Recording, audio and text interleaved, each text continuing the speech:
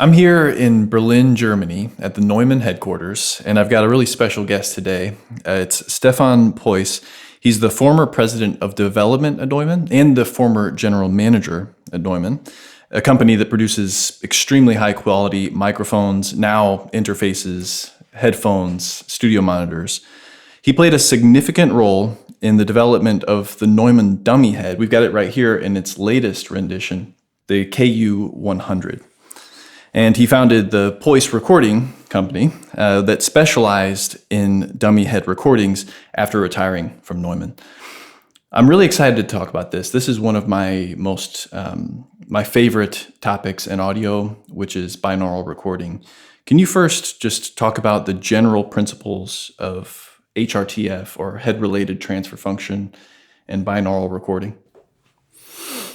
Yes, I will try. Okay. So the idea behind is very easy. Take outer ears, which are very, very close to the originals. So ideally, it should be molded from real outer ears and then made on silicone material. Take a little ear canal, and inside for each ear canal a high-quality condenser microphone. That's very easy. So that's basically what we have here. Inside each of these silicone molded ears is a very high-quality condenser microphone. Yeah. In a way to adapt the condenser capsules to the ear canal. So this is one specific and important thing we changed within the generations of the artificial head, because the first of these technology, the KU80, had a real ear canal in the full length, as in the human beings, from outer ear to the eardrums. Because of its size, not the diameter, but the length, it was a big damping of the high frequencies. And we learned afterwards that you don't need the complete length, but only 4 millimeters from the outer ear inside to get the complete acoustical behavior of the outer ear into the microphones. And all the other parts are just linear effects and make a damping for high frequencies. This was the reason that the first signals, the first KU80 microphones, had a bad high frequency character, and it was not compatible with loudspeaker reproduction. And in the second generation, we changed this, we reduced the length and made the adaptation of the capsule into the ear canal in different way to make it more smooth and with a minimum of influences the higher frequencies. The first artificial head was made with shoulders, but if we are not turning our heads, we're not affecting the different angles depending on reflections of the shoulders. We don't need them.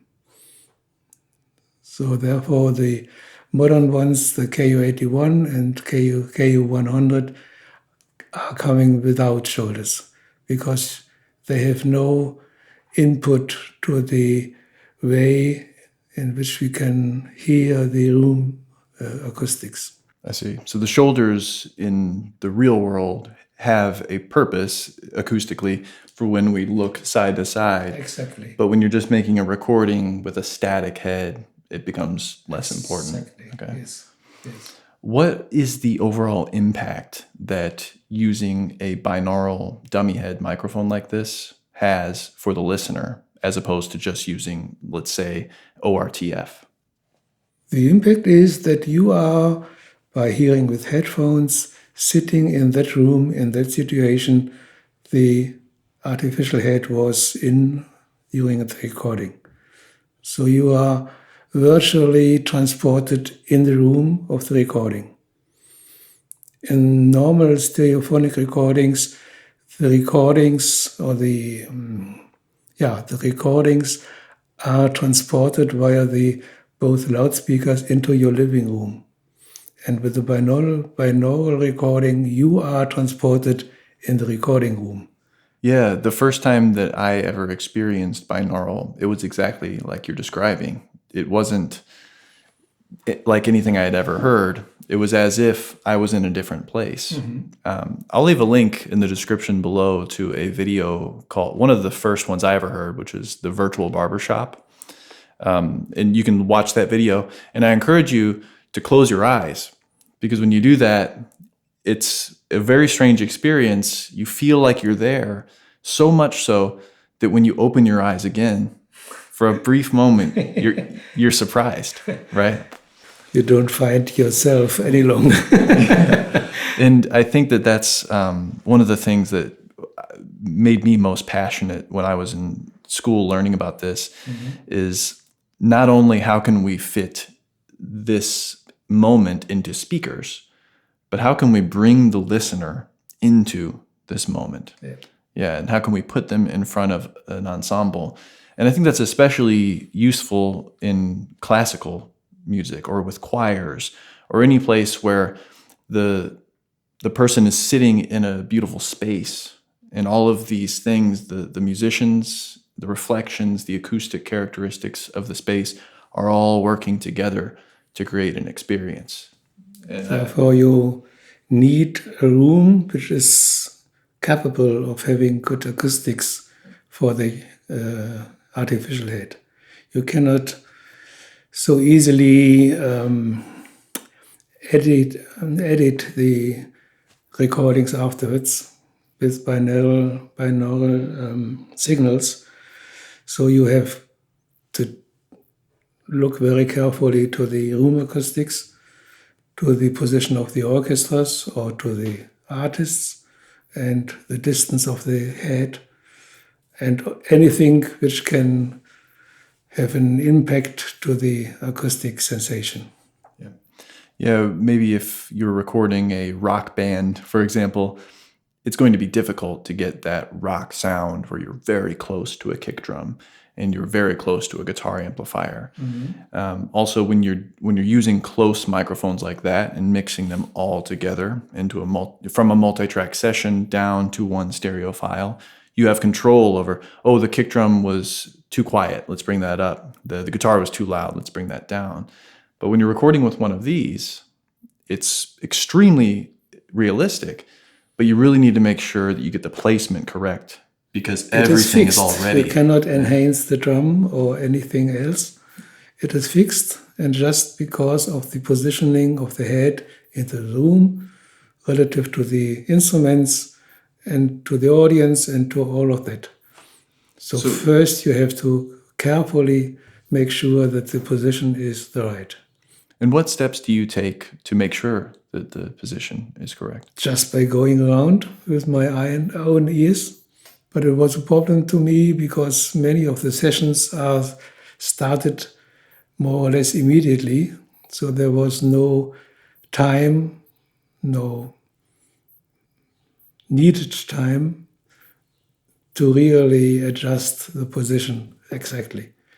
So you have to think about the room by looking and by speaking into the room and so on. Try to find the right place. Luckily, so the correct way would be to have more time and enough time, and the musicians are playing and singing and so on for minimum time to give you the chance to find the right place. Often it is not so. Yeah, we're all familiar with that. If you work in audio, you usually have a small amount of time and then the show begins. You have to jump into the sensation, yes. Mm-hmm.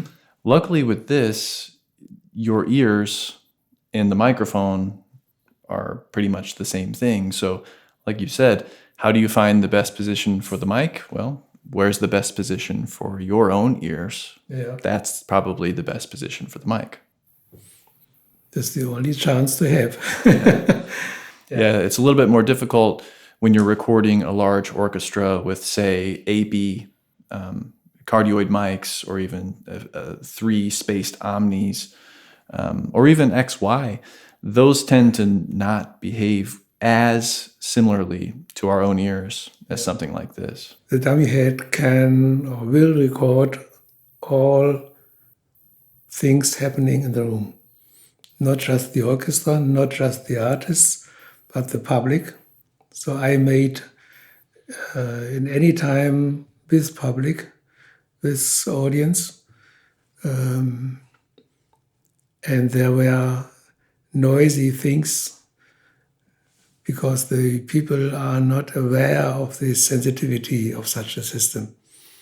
With standard microphones, cardioid microphones, you have the chance to put the microphone directly to the instrument you would like to record. And you can blend off the other things, the other directions. By means of the system here with omni microphones inside, as our ears, we can hear 360 degrees in all directions. And we cannot blend out specific directions when someone is shouting or make some noise. Are there omnidirectional capsules inside of each ear? Yeah.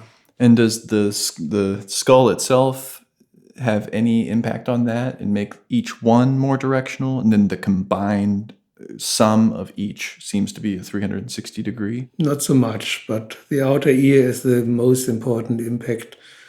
And since the capsule is inside the head, there is no rear entrance for the capsule. So the capsule has to be an omnicapsule, as our eardrums just have one opening.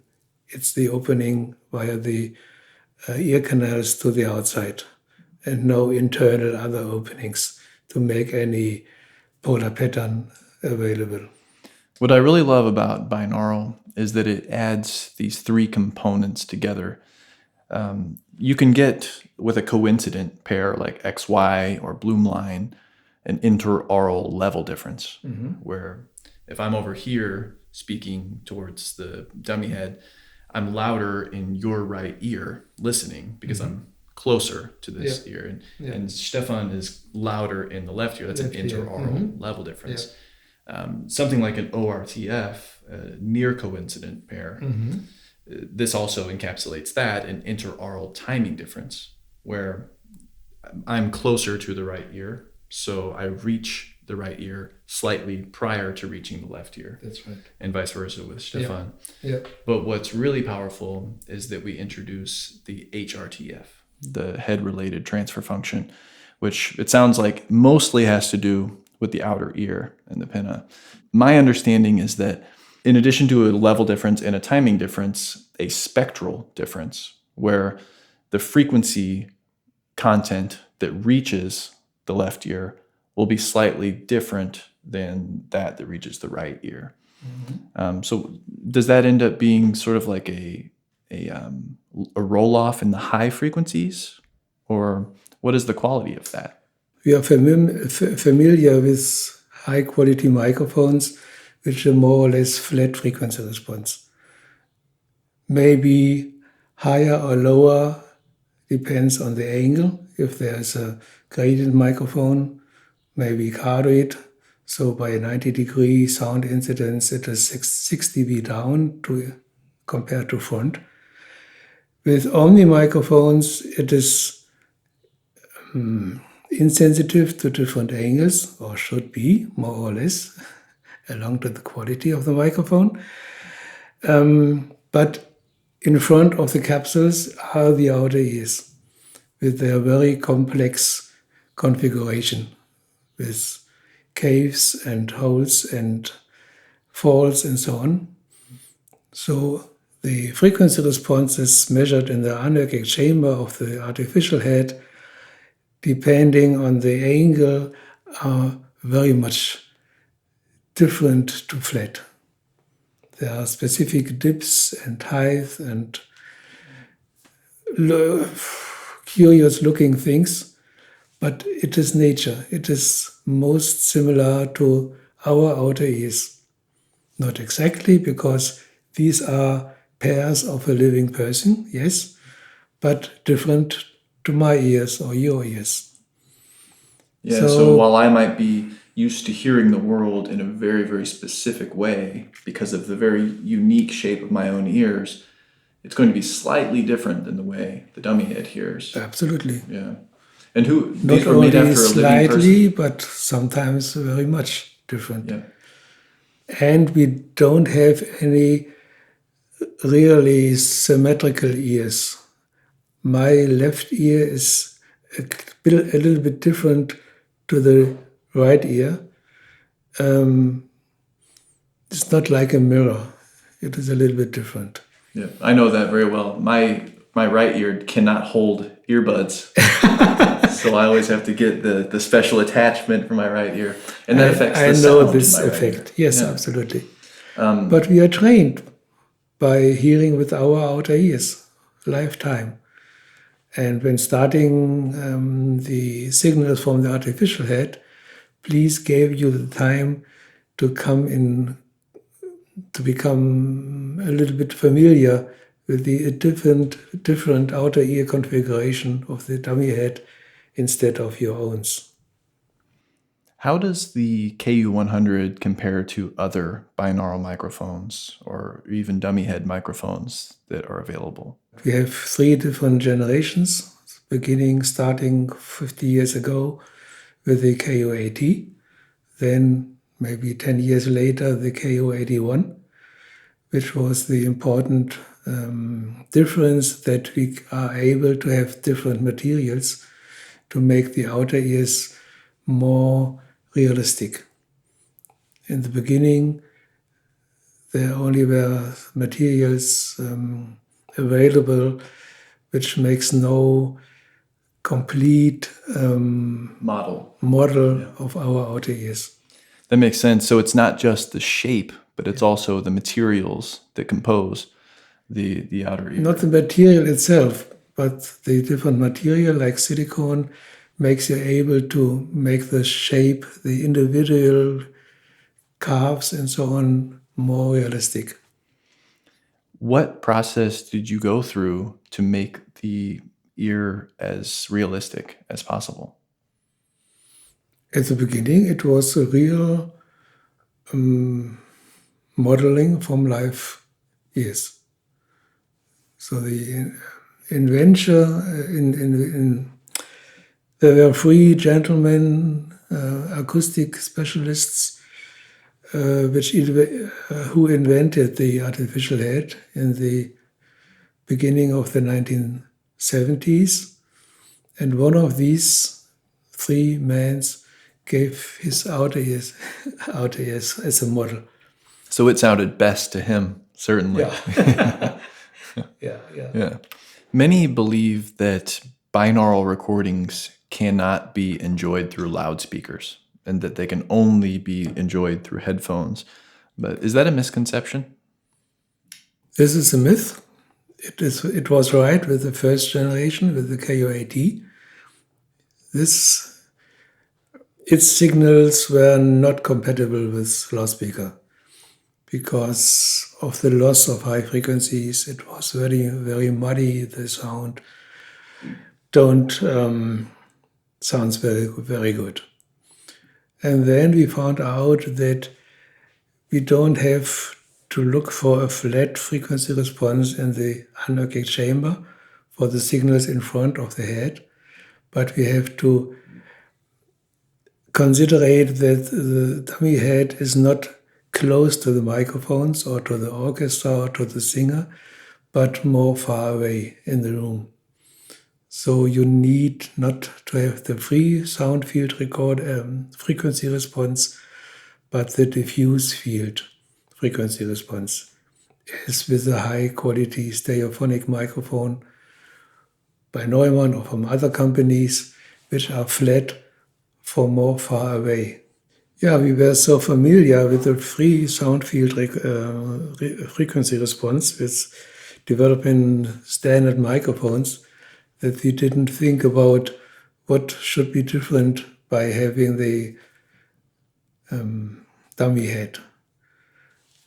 And the dummy head is not used within the close range to the singers or instruments or artists, but more far away in the room, as the audience is sitting in the room, not at the orchestra, but more far away. And this is the Critical distance. the critical distance, it's outside the critical distance. Inside the so-called critical distance, there's a difference by turning the microphone, for example, because of the polar pattern or to the behavior of the microphones. Outside the critical distance, it is more or less the same. So if you change the angle of the microphone relative to the stage, it makes not so much difference instead of close to the instruments. That makes sense. For anyone unfamiliar with this term, critical distance, that's basically the point in a space where the direct sound is of equal level to the indirect sound. Exactly.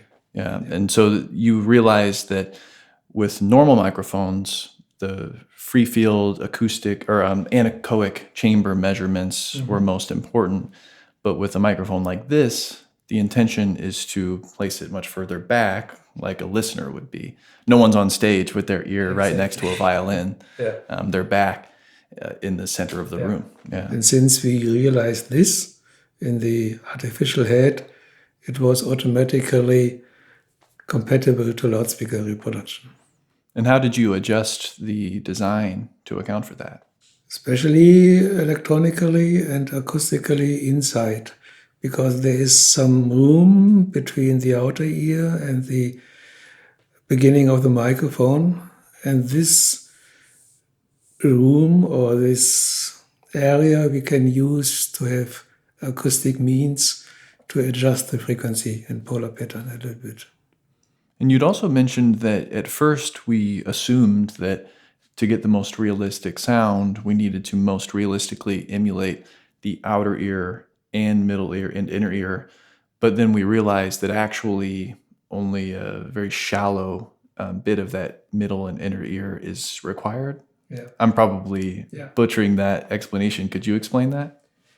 When you take a very small microphone, putting into the ear canal, you can check point millimeter by millimeter or half millimeters by half millimeters the influence of the outer ear into the ear canal.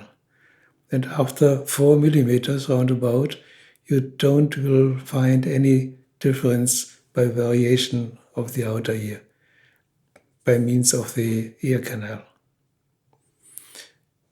But the complete different problem is that by coupling the ear canal to any microphone, it is like a wall. The sound is coming to a wall, which is the membrane of the microphone or the microphone capsule at all. And this makes reflections and damages of the frequency response. So you have to build in specific means to control this or to avoid these things. Yeah. Good, because in our own ears, we don't have a gigantic microphone diaphragm. Yeah, that makes sense. We need to adjust accordingly. Yeah. What are some of the best applications for a microphone like this?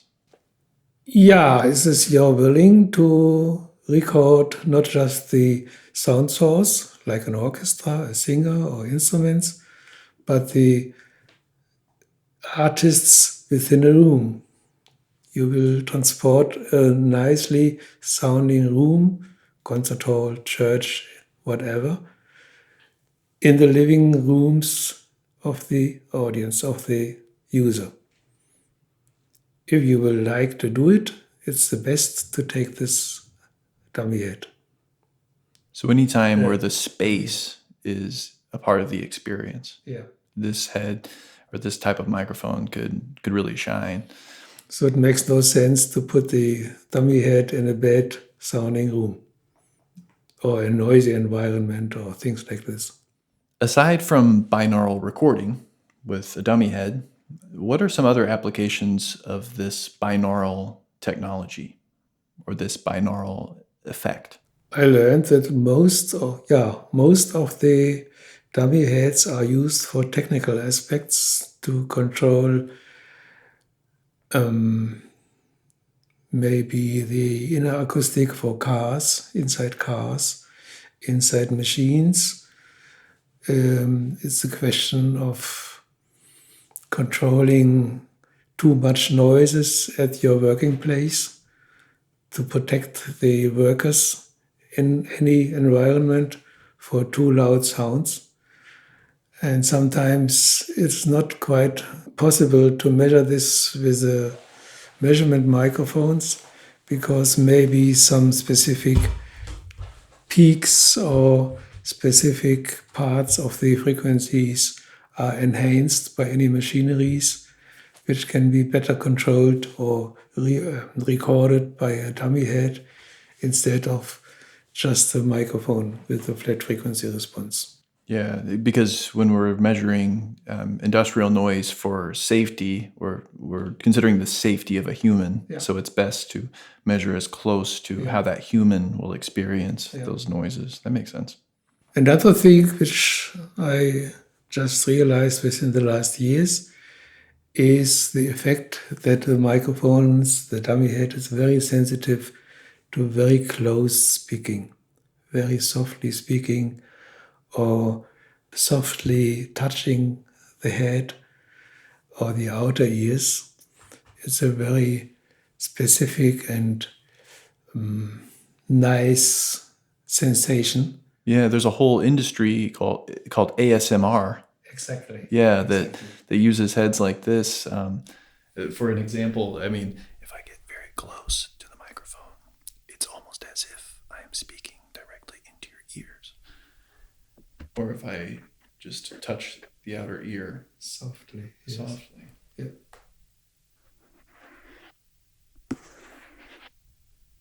So there's no real noise, but a little bit of a feeling. And I mean, I think that extends everywhere. Let me take one last sip, but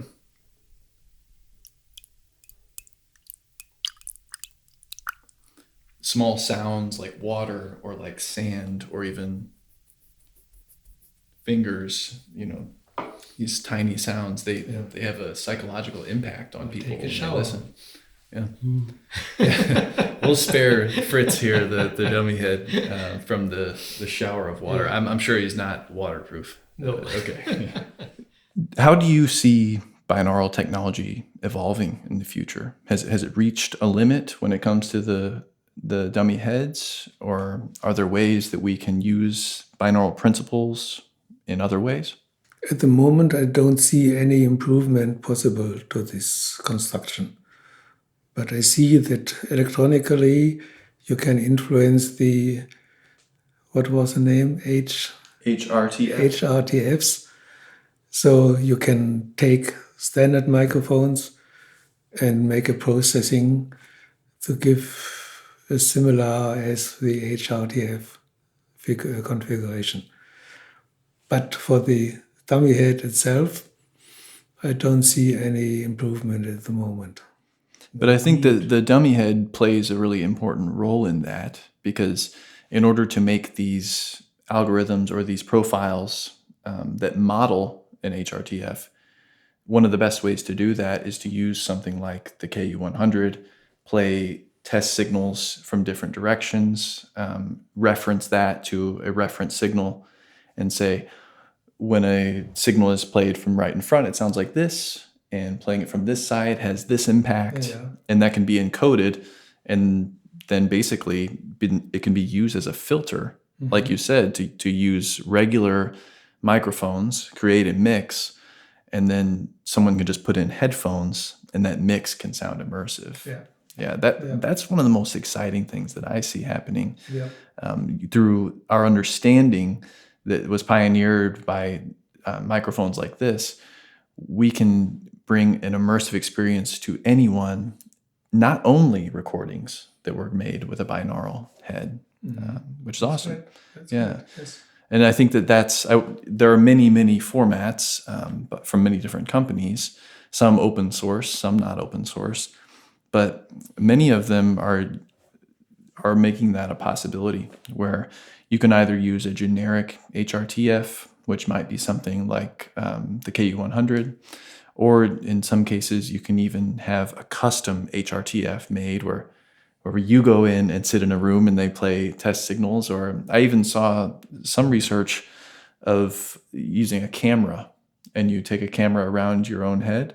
It looks at the structures of your outer ear, Yeah. and I guess it can infer what acoustic impacts that would have, and it will automatically make you. Yes. Yeah. Yeah. So in that case, I think it's getting better, and maybe not better and better, but we're able to use those principles in more and more ways. Yeah. Yeah, it's amazing. Thank you so much for your time. I appreciate you coming here just to talk to me.